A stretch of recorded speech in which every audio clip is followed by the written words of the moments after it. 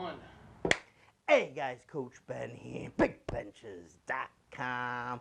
I want to talk to you guys today about something that I've been seeing a lot and noticing, all right? At meets, in the back room, rarely are any of those benches of good quality. Usually leftover benches, anything you can scrounge together to put a warm-up room together, okay? Very rare you're going to get all comp benches everywhere, all right? Actually good pads. Commercial gym spaces too, all right?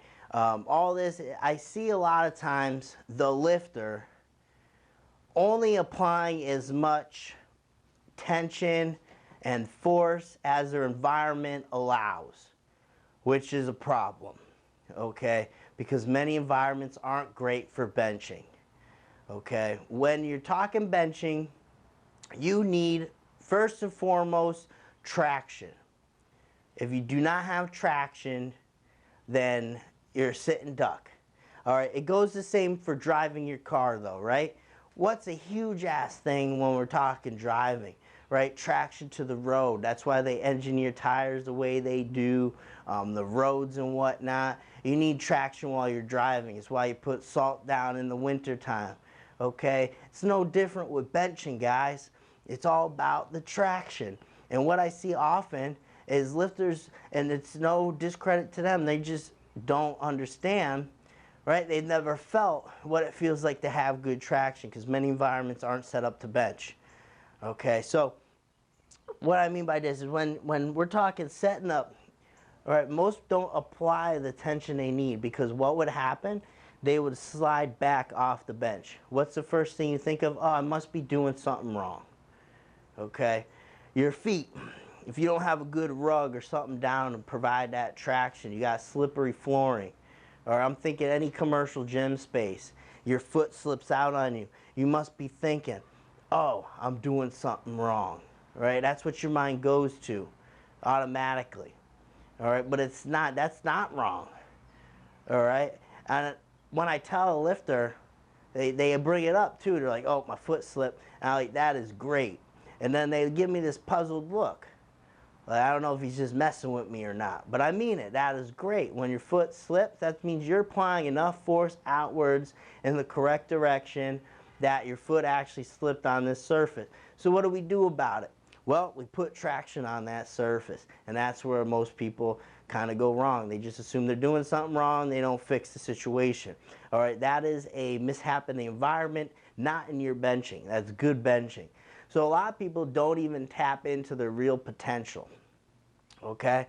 So what can we do, all right?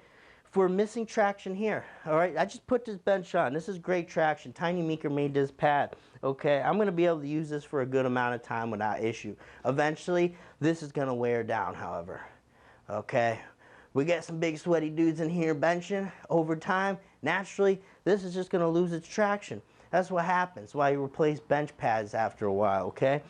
What can I do if I start to lose the traction, if I start slipping a lot? Well, I could put bands down, all right? That always works.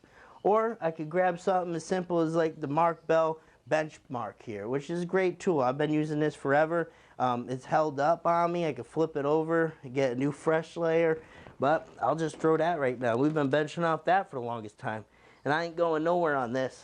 Right, this will hold me right to the pad. So that's been working fantastic.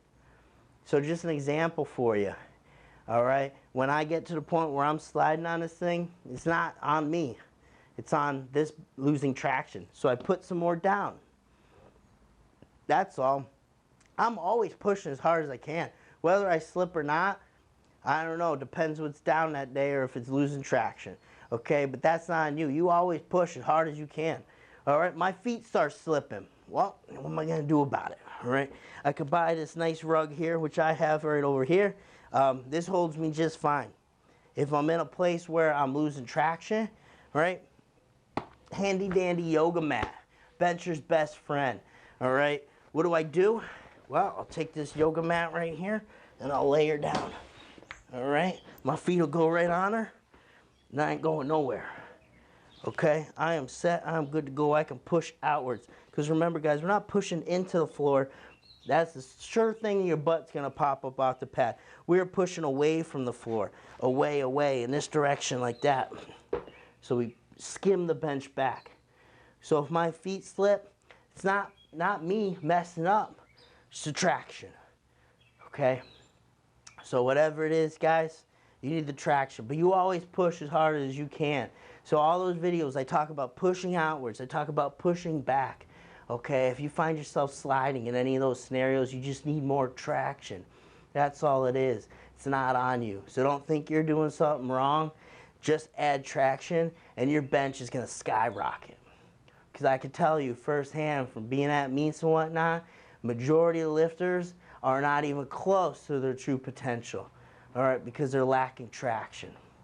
Okay, so if you throw that into your bench, right, if you can give yourself some more grip, instant poundage to your bench.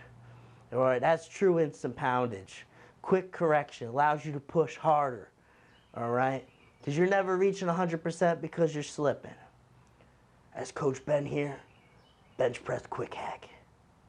And you know where to find me.